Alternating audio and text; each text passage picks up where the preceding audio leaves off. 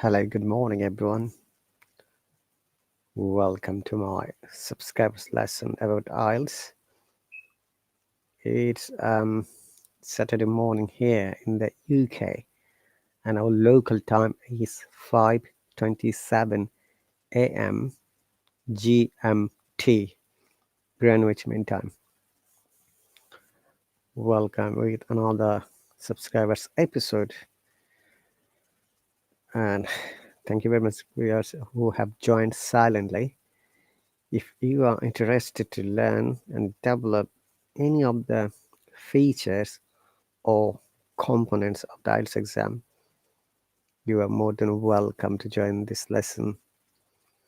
This lesson runs every Saturday and Sunday morning, 5:30 a.m.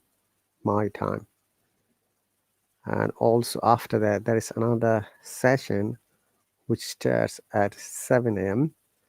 That's also in Saturday and Sunday. It's also regarding IELTS exam, 4 skills.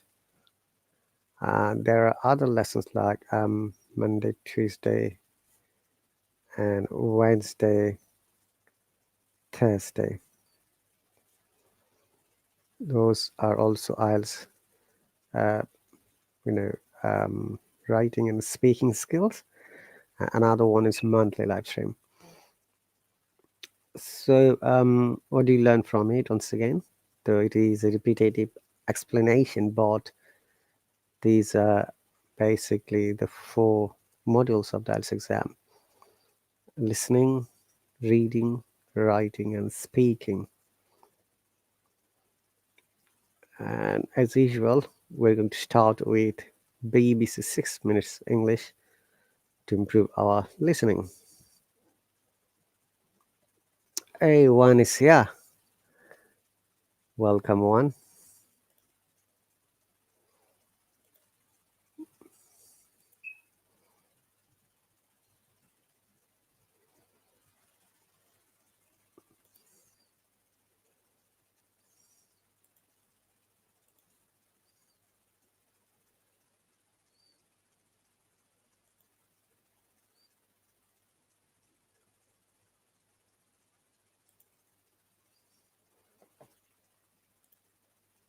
So, Javier, welcome once again. It's really my pleasure.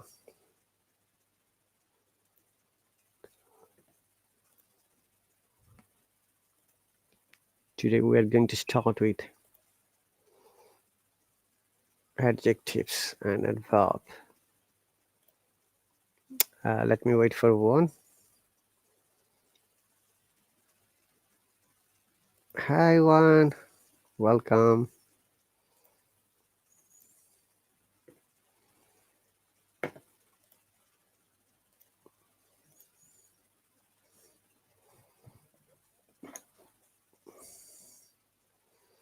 I've invited you, one. So if you're free, you can join me.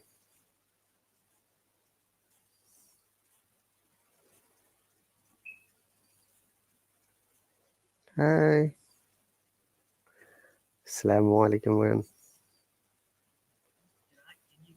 Yes, I can hear you clearly.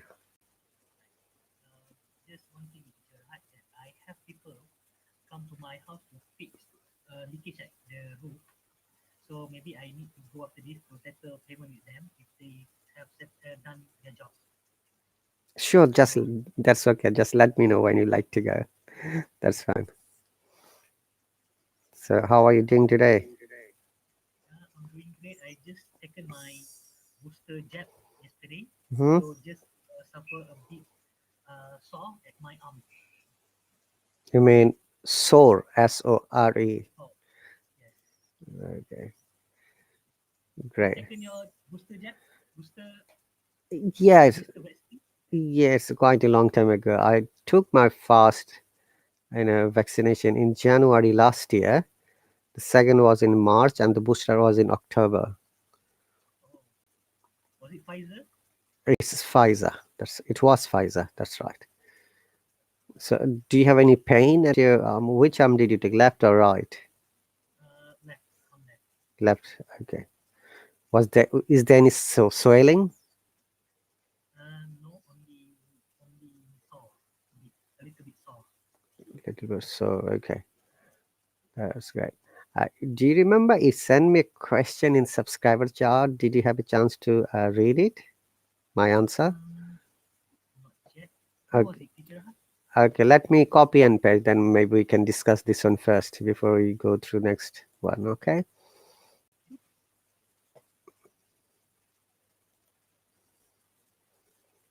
One moment, I'm trying to find out your comment.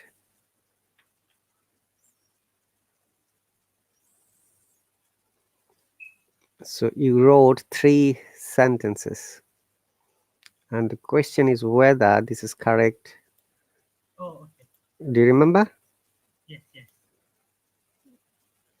Okay, let me copy one by one, then it will be better for me to explain. So how is everything with you? Sorry. Apart from your vaccination, how is everything going on? So far, okay. I just a bit worried to take my uh, third dose because I heard so many bad news about booster dose. So a little bit worried. People like to spread rumors, which is really not good. Yeah. For my first and second dose, actually, I have no problem. I suffered no side effect. But when I heard many rumors about third doses, they said that many bad news about that. So I'm still worried until it happened today, and I seems that okay, I'm okay until now. Just a little bit sore on me. Okay, so this was your question, right? Yes.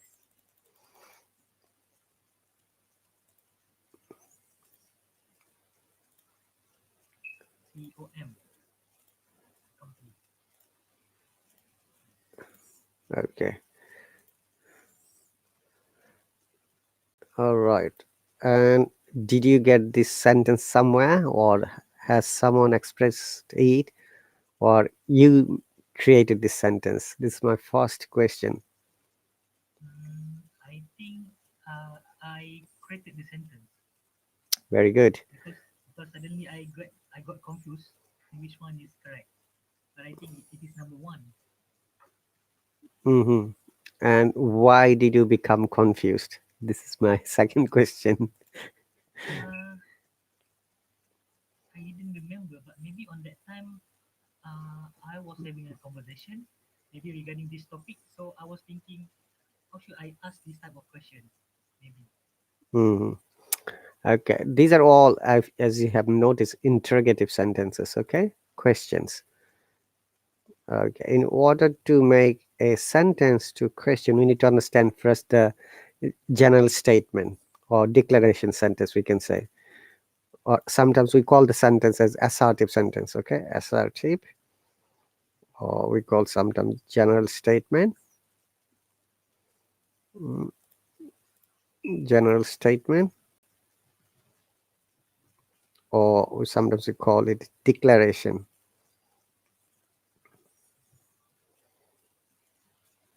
sentence. Sentence. Okay. Okay, one, is it that clear? Yes. So we'll analyze all of the sentences one by one. Number one, here.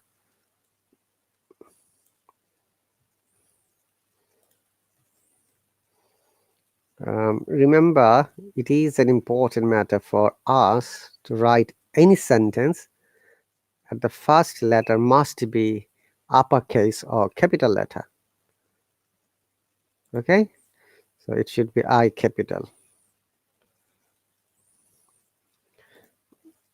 Now, possibly, this is the sentence. This company is big.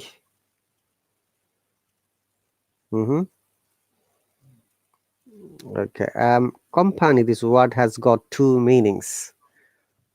Number one, it's industrialized environment where you can produce something. We call them company. Okay, and second meaning could be a friend or mate or similar types of people. We call them company.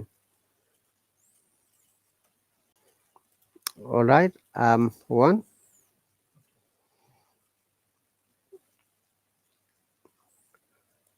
So, but it looks like you try to mean that like it's a business organization. Okay. So remember, company noun, an organization or an environment where people sell goods, service, or any kind of profitable things that might be helpful for your customers as well as for you as well to make profit. Second meaning is your friends or mates or people you meet anywhere. Like you must have good company when you go to school, for example. Okay, I like to take him as my companion. You can say like as my friend. So this is the second explanation. So look at the sentence. His company is big, right? Um, Now, do you know that what kind of word big is? This word big? Adjective. Adjectives. Very good. And company is big. One greatest rule about adjective is that adjective must go with verb, generally V verb. And you know that what are V verbs like? Like, Am, is, are. I'll do 1 minute, sir. Sorry. You have to go? My wife is calling me. Okay, sure. Yeah. No problem.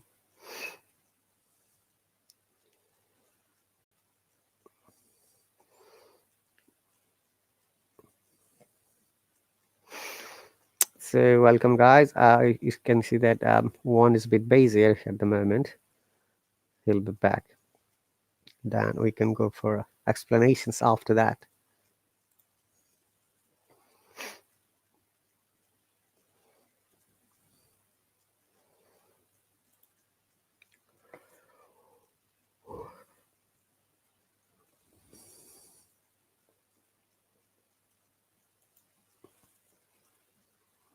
Okay. Let's listen to the BBC English in the meantime.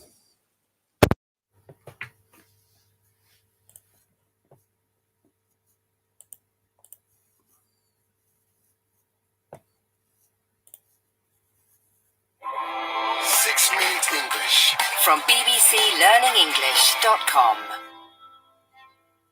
Hello, this is 6 Minute English from BBC Learning English. I'm Sam.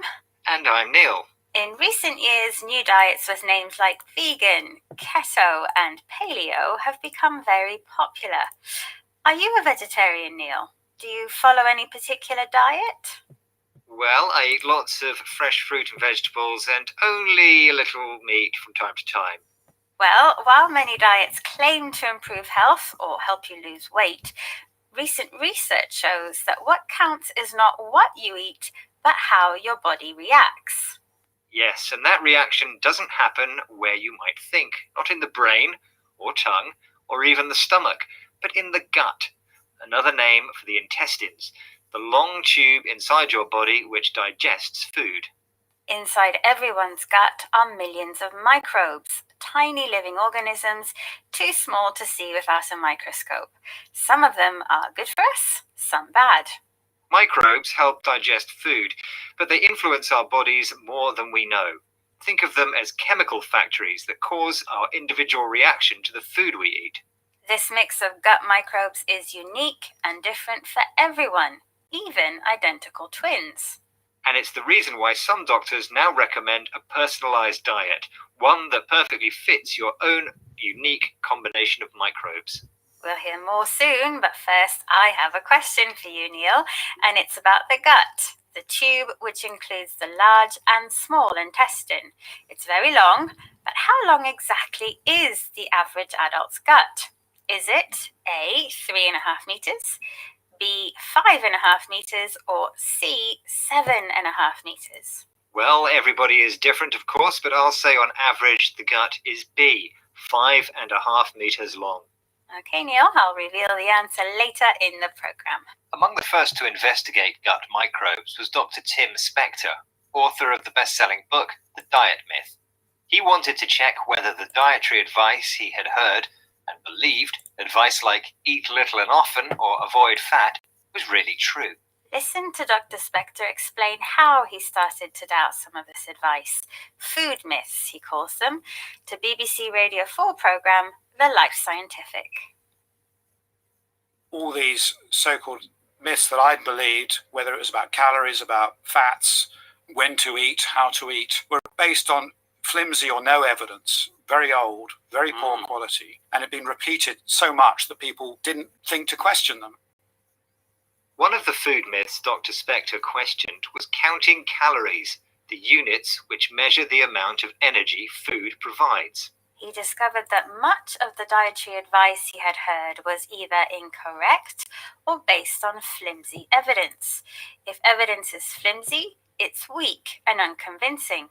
As Dr. Spector questioned these food myths, he remembered an earlier study involving identical twins, pairs of brothers or sisters with the same genes.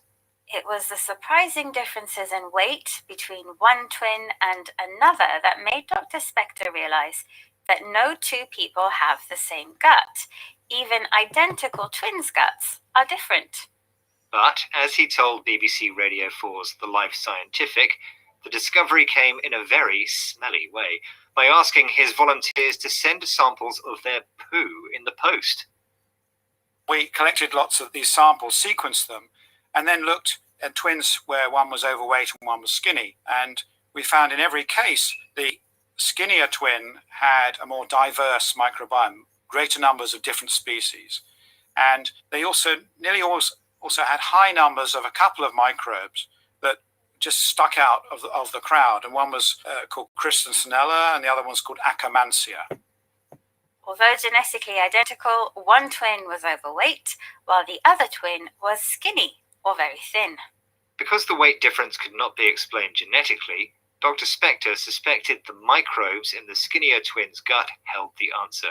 The more diverse someone's microbes, the better their gut was at digesting food, regulating fat, and maintaining health. Two microbes, Christensenella and Akkermansia, were especially effective.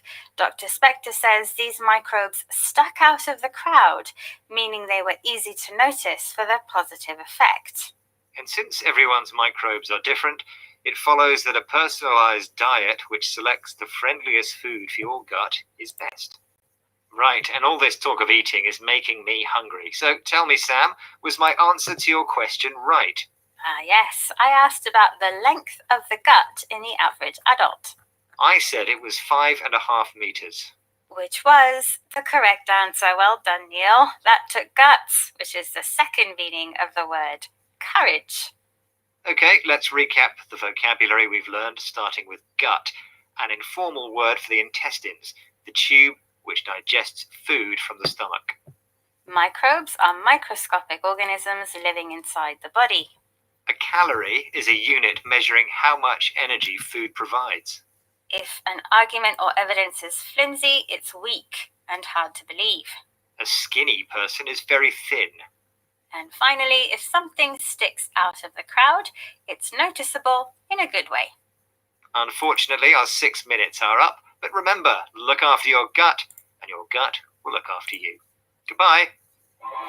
6-Minute English from the BBC.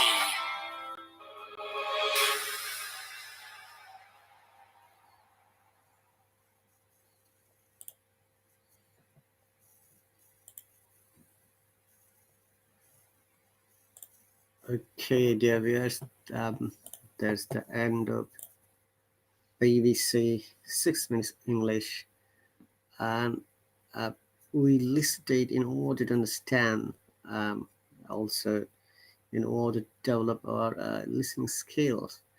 It is important for all of us to develop our listening skill and listen to any conversation carefully and understandable way. because in order to build your speaking quality, it is important. Welcome back. Yeah, okay, sure, thank you. No problem. Right. Let's go back to the page. Okay. So you can see the sentence, his company is big, is a kind of assertive sentence, which is sometimes called general statement or declaration sentence, that you're saying something. Or sometimes it is called also, I forgot to say, positive sentence. Okay. Okay.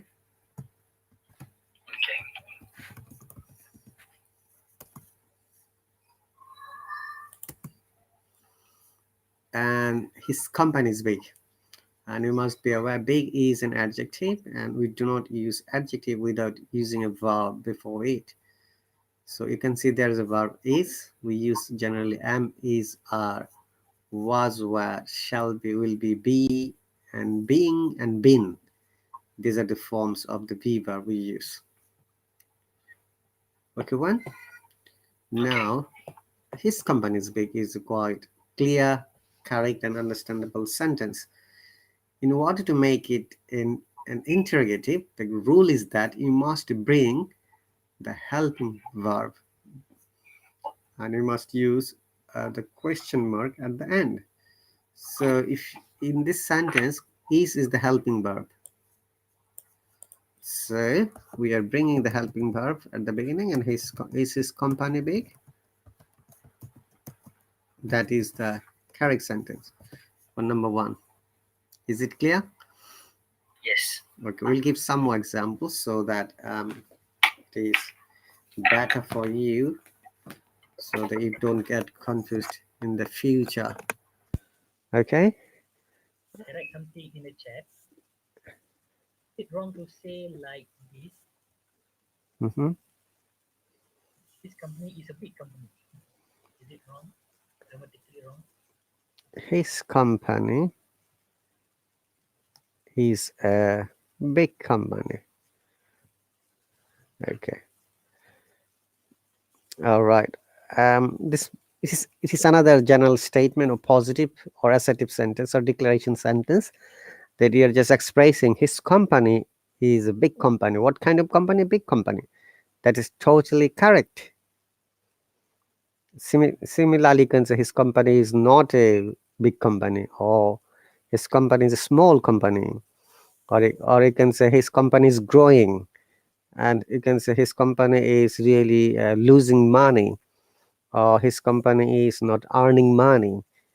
You see, these are all correct sentences.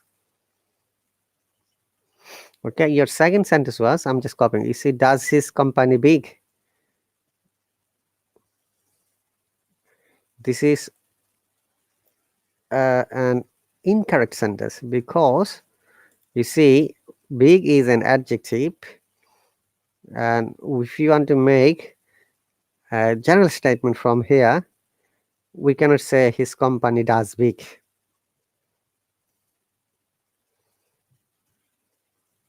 Does big. If you want to make it in a general statement, but this is a wrong sentence. It should be always like helping verb. I mean be verb, like am, is, was, were. Okay, it should be always is. So this is incorrect. His company is big again. Okay, your third sentence was, right? This is your third sentence.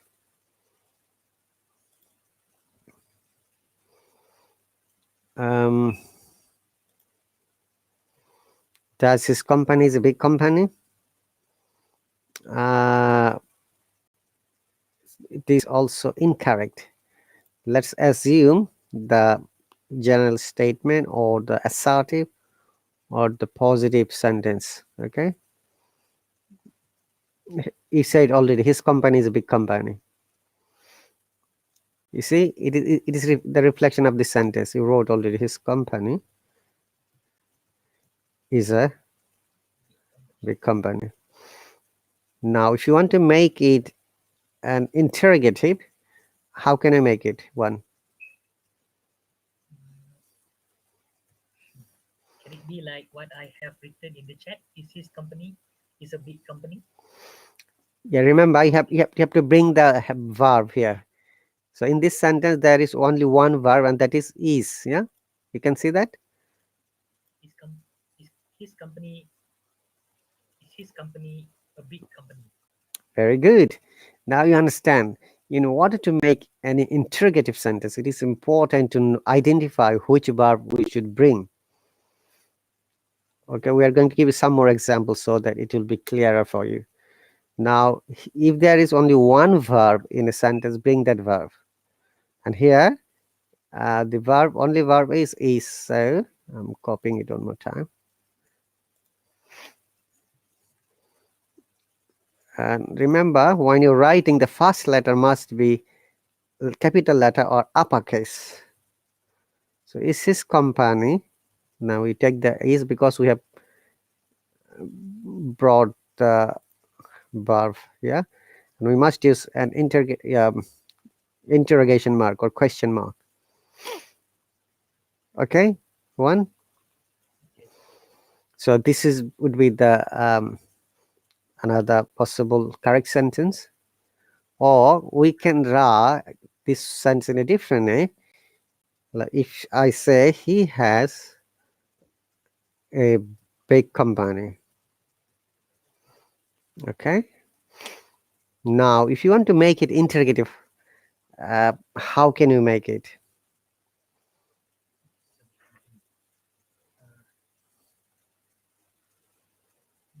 Does he have a big company? Very good. Does he have a big company?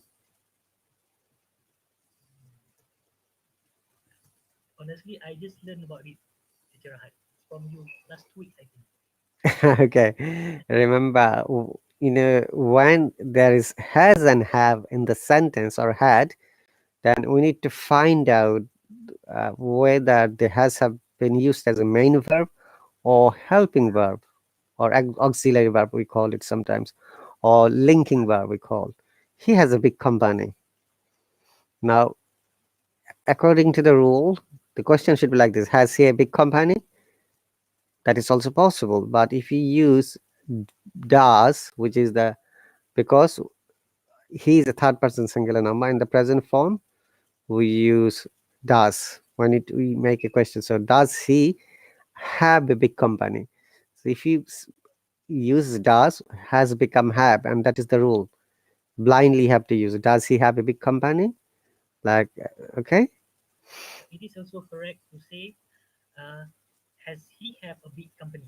Has he have a big company? That is also possible. Okay, like has he have a big company? This has is the, okay, but look at this amazing part. You know, natives people do not speak like that. All right. In spoken English, it may be possible, but in natural English, we avoid has he have rather than we bring does he have. But I have heard the similar sentence from many people. They're using, on and off when they're expressing something else. Okay. Remember that one. The difference between spoken English and written English is that written English always follow the grammar rules. Whereas in spoken English or conversational English, we do not follow the grammar rules. Okay, which is why sometimes we can hear similar expressions a different way. Because in conversation or spoken English, our focus is to convey your messages clearly to your listeners, to your audience. Whereas in a written English, your message must be accurate so that your reader can understand, as well as you can express grammar in a correct way. Okay. Now I'm going back to question number 1. His company is big. We're going to give you some more examples of adjective, like Johnny has a tiny cat.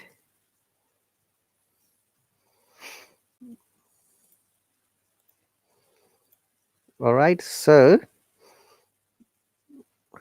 Look at that. Johnny has a tiny cat. And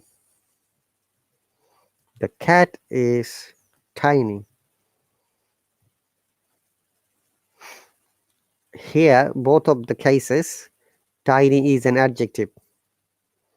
Now, if you want to make it a question, Johnny has a tiny cat, what would be the interrogative or question sentence?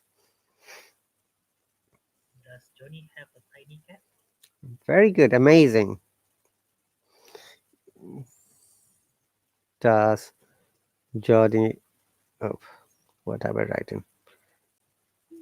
Have a tiny cat? Very good.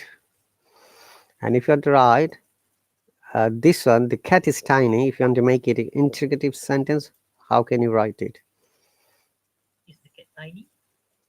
Very good. High five for you. See, now you understand. Is the cat tiny? And remember, it is very important. Once again, you can see all of my sentences, the first letter must be capital letter or uppercase. We call it sometimes, uppercase or lowercase, or capital letter or small letter. And this is a rule. Okay. And also, we must use the correct punctuation symbols, like whether it's a full stop or dot. Americans say it's period. If you remember, we call full stop in British English. Americans call it period, or sometimes they call it dot. All right. And another thing I'm going to share in a moment. Then this letter. What is this letter? One. I said Z.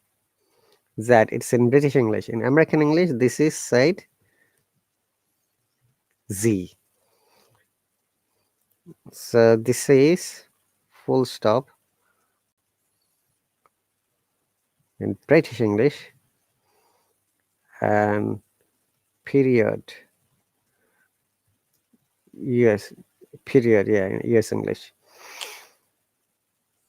Amazing. I just know full stop.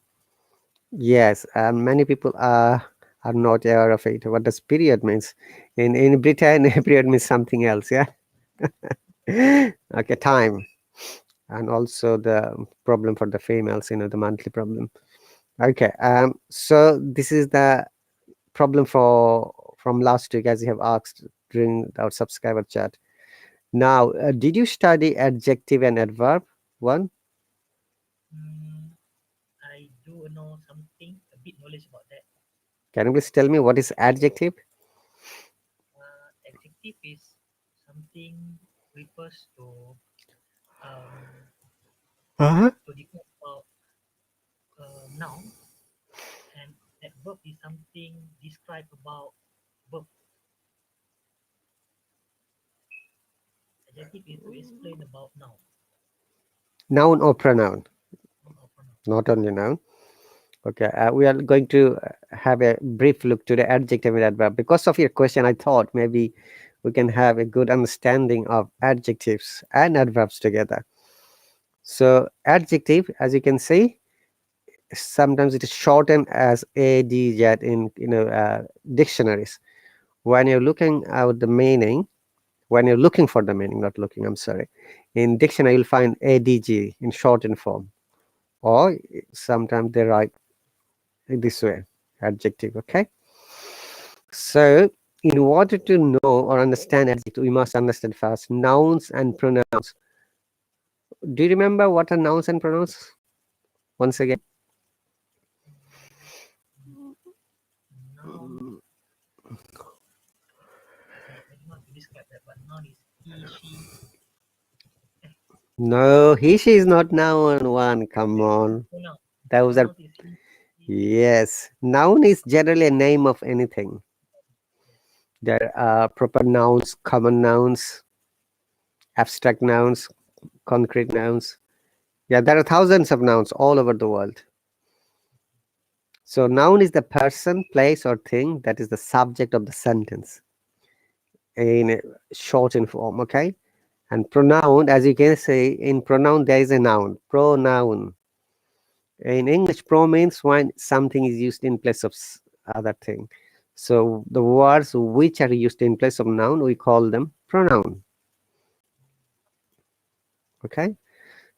So noun is once again, name, where pronoun is the word that is used in place of pronoun, in place of noun. Okay. Adjective is, in general understanding, adjective is a descriptive word. It always, explains about the nouns or pronouns quality, quantity, or any other physical situation. Okay, so let us look at these examples. If there is a descriptive word in a sentence, we can call that word as a noun. Okay. Also, do you know articles? Do you remember articles? One, The, a and the or the. Articles are adjectives too. They are also called determiners. So determiners, this word is related to explain in the quantity, how they determine any subject. Okay, let me give one example so that we can understand. Can you see the screen? What is the sentence? Would you like to read the sentence, please? Carla, being tired, went to bed early last night. Okay, now look at the sentence pattern. Carla is the name of a girl or woman. She became tired last night and went to bed early. Now, tired, this word is explaining Carla's physical situation. So it is an adjective. And a greatest rule, once again, one, that adjective never goes alone. It's like small child. There should be a guardian or parent with it. And the guardian and parent is a verb. Okay? Any type of verb like am, is, was, were, shall be, been, being. You see? Here, being tired is an adjective. Now, there are some, prefixes. Do you know the meaning of prefixes? I'm sorry. Okay, no worries. So prefixes are those words or part of words which are used at the end of a word to give a different meaning. So, for example, determination. Okay, here I'm writing it, determination. Here prefix is tion. Determine is the main verb. Do you know what does determine mean? Determine, yes, determine, to distinguish. To distinguish, or sometimes to assess. Okay, to value something, we can say that. So you can see at the end there is tion. After determine plus tion, it has become determination. So this tion is, we call, is prefix, which is used at the end of the word, and suffix is similar types of a group of uh, letters or words that use at the beginning of the word, and then the meaning changes. But in this case, determination, TIO is not a prefix. I'm just giving an example. It is a noun. So it would not be good idea to use this example. Okay. Let me give you a word. Prefix. Yeah. Hang on a second. Prefix.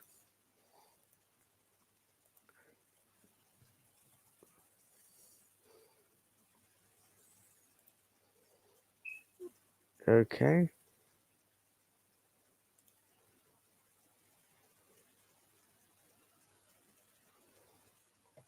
And suffix as well. Like evil is a word, yeah?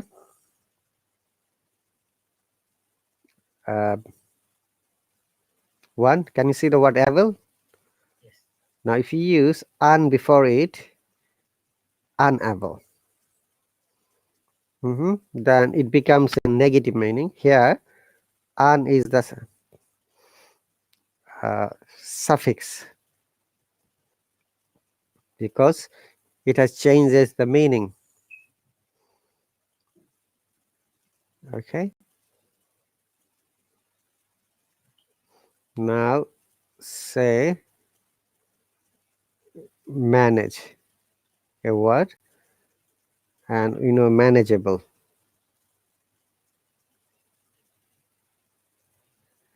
Now here, this able at the end is prefix because it has been used at the end of the sentence.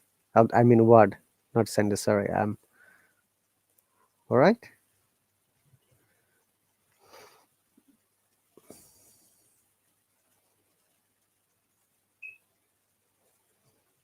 And it has changed the meaning as well. Manage is a verb, but when you have used able at the end, it has become manageable, which is a prefix in this case. You have to remember prefix and suffix.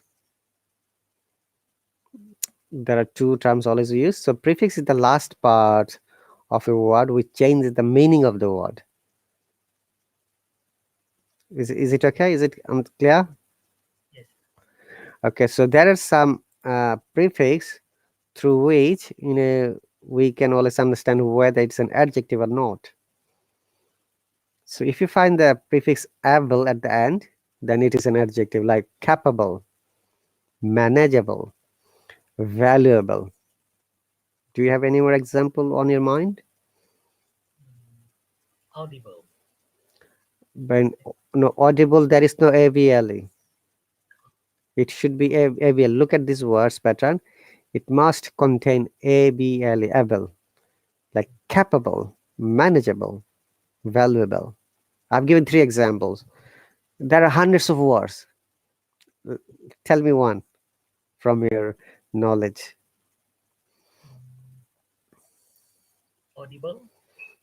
Now you said audible. In audible, there is no able. Look at the spelling of audible. IB. Okay, sorry. IVL. Uh, Well, audible is an adjective, by the way.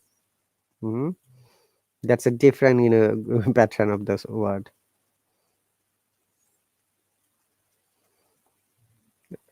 How about adorable? Adorable. Mm-hmm. But readable is not. Readable, yes. Readable is an adjective. Very good. Like it's a readable topic. Readable. Very good. So remember that if you find this prefix able at the end of the word is an adjective. So these are some of the examples. Okay, and next word is full, F-U-L, like careful, grateful, colorful. Look at the spelling. Colorful, C-O-L-U-R is British and C-O-L-O-R is American. Then brimful. Do you have any examples on your mind with full at the end? Beautiful. Very good. Beautiful. Beautiful. Have you ever heard dutiful? No. This is the first time. Okay. It's an adjective. Like I can say one is a dutiful, parent, or one is a dutiful person that who is always aware about his duties. Okay. And if a word has ISH at the end, that the word is also an adjective, like bookish, British, Turkish, Kurdish, peckish, rubbish. Can you please give us an example? Spanish. Spanish, very good. Any other? Parish. I don't know. I don't know what is that. What's that? Polish, yeah. I don't even Perish is a verb. It is not an adjective. Perish comes in the under ABL, perishable item. Remember that perish itself is a word, but we are talking about suffix. Suffix as those words which are used at the end of another word to change the meaning. Oh, okay. Okay, remember that it's not the main word. Perish means when it's something is used to the worst state. So perishable. Okay, perishable is adjective. A good example of able suffix. Okay. Next one is some, some, like awesome. Okay, what is this word? Next one. Handsome. Okay, remember that it's important. In handsome, there is no D sound. 99% non-native speakers always make mistake. And handsome, no D sound, and this sound as well. Sandwich, handsome, no D sound at all. Okay, handsome, like one is a handsome guy, or he earns a handsome salary. Okay. How do we know that, sir? Because like double consonant rule, we notice when there is double consonant, but for this particular thing, how do we know that we don't need to pronounce D? Okay, this is a very challenging question for you and for the other people who are listening to us. Um, honestly, this is the part of phonetics rules, basic phonetics rules, because I have studied a little bit. So when I come to know any of these words, I try to share with you. Remember that there are some rules. This rule is that after A and D, generally the D is not pronounced at all. And also, if you remember A and D, this word and, right? If you use this word and in between two words, and sounds like N, no D at all, simply N. That is the rule. Like, I'm going to give you an example. Pronounce this one.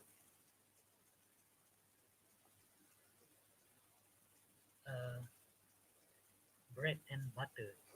And remember, no D. Bread and. Bread and butter. Very good. Bread and butter. Similarly,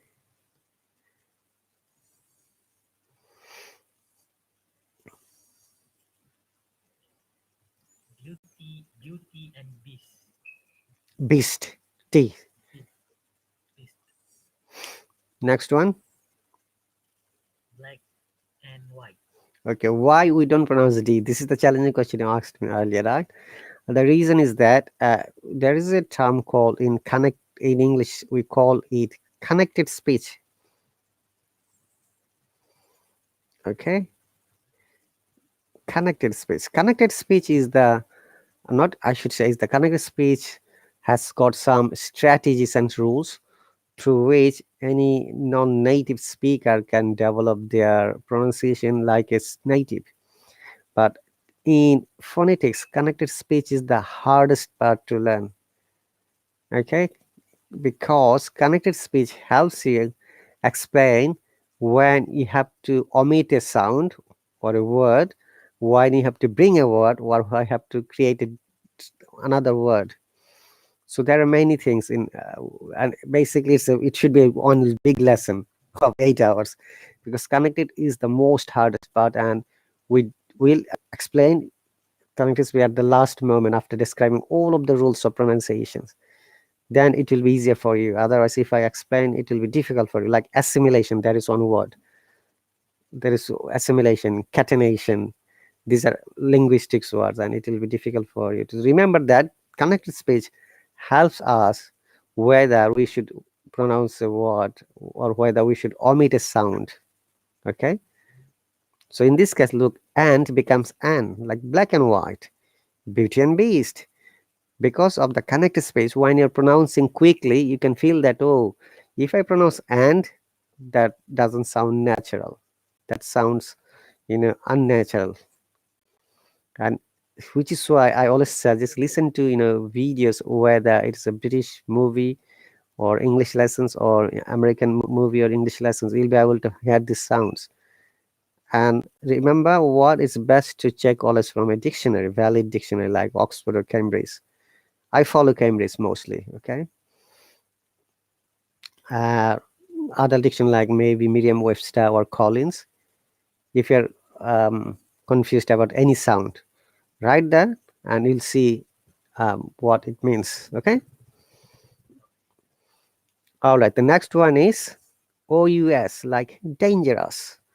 There are hundreds of words which has got OUS at then, and it is an adjective like gorgeous, fictitious. Can you please give me an example? Mysterious. Hang on a second. This word you just said, yeah?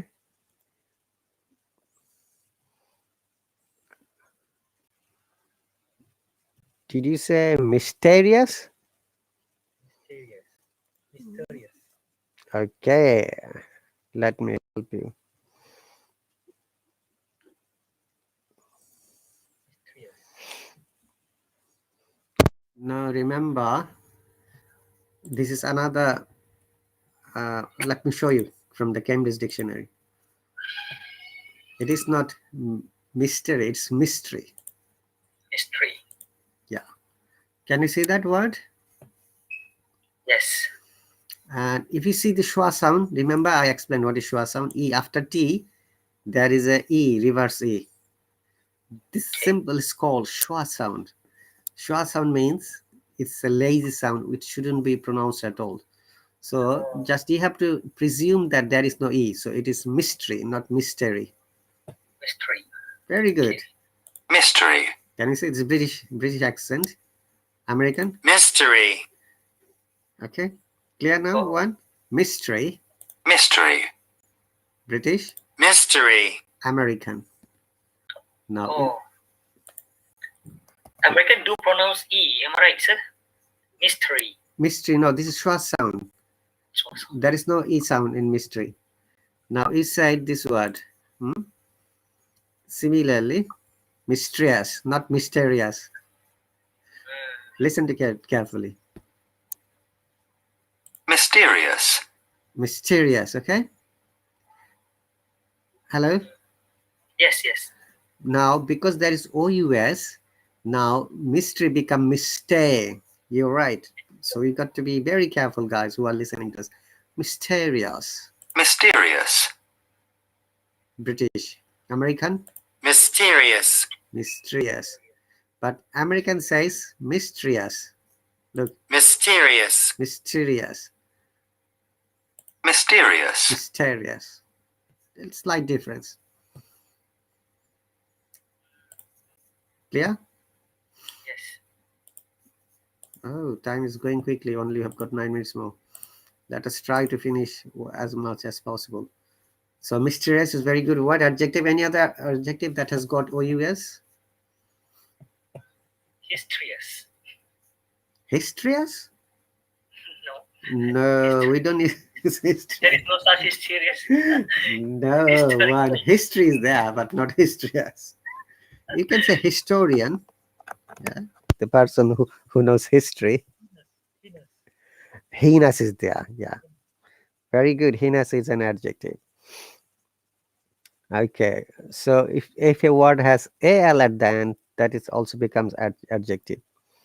Like logical, clinical, physical, metaphysical. Any other example from your side?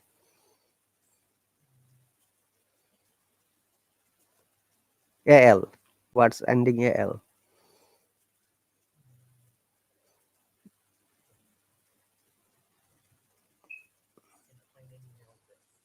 Okay, I've written one example. How do you pronounce it? Let me see.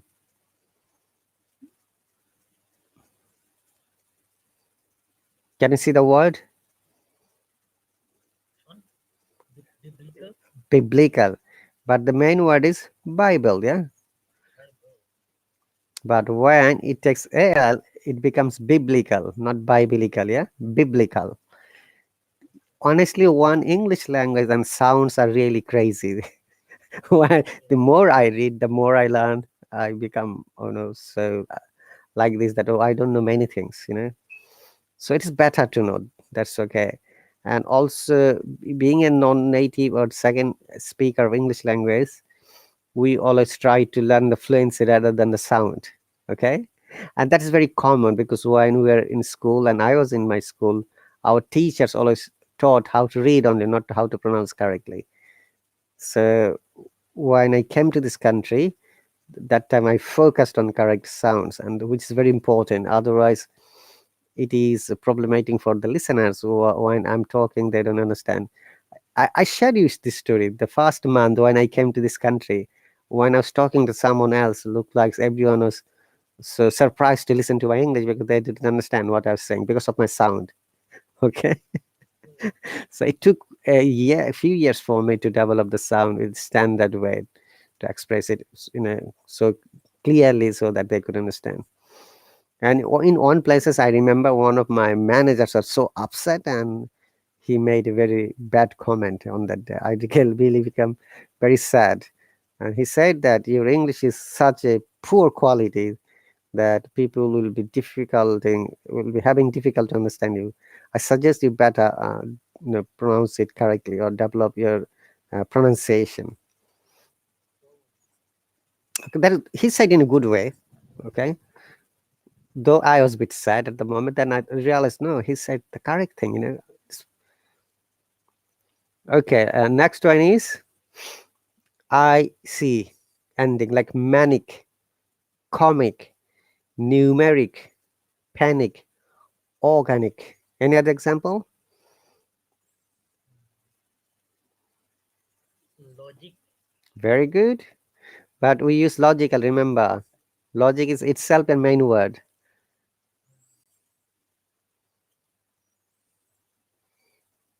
Logic is noun.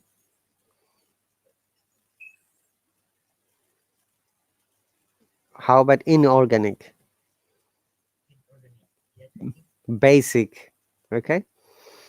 Remember, we have to first find out the root word, then we have to use IC. Mania, manics, similarly, okay? Okay, then IVE, like inventive, supportive, communicative. This is the last word, yeah. Oh, we've got 4 minutes. How to pronounce this word? Prime. Prime, but can you see the example? IVE, the last word, this one. Yes. Primitive. Primitive, not primitive. Remember, prime but primitive. When it becomes adjective, the sound is totally changed. Prime, primitive. Okay. And next is LESS, less, like fearless, careless, doubtless, wireless. Any other less? There are thousands of words.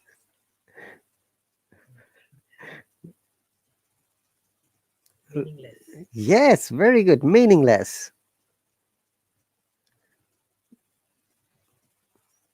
How about valueless, speechless, spotless?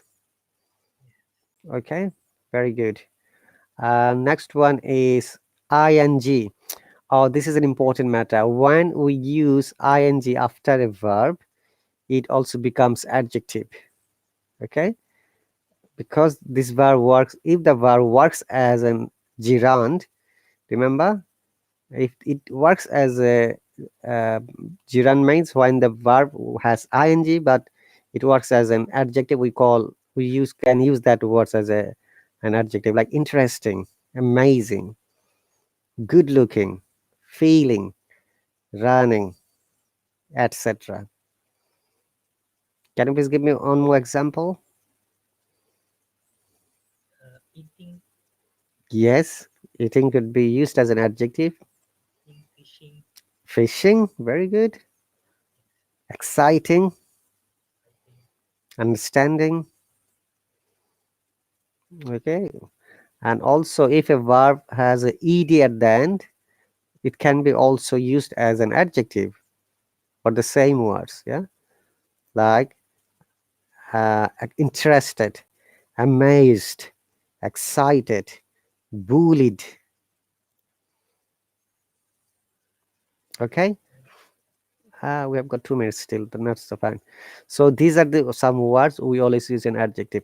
In order to understand adjective, sorry, there are other words we call compound adjectives. One, so it is the combination of two or more words that create an adjective, like old-fashioned dressed, sun-dried tomatoes. Okay, sorry, it is tomatoes, not tomatoes. Sun-dried tomatoes. Good-looking person or good-looking girl. So once again, we don't need to know the class, just to give you an example quickly.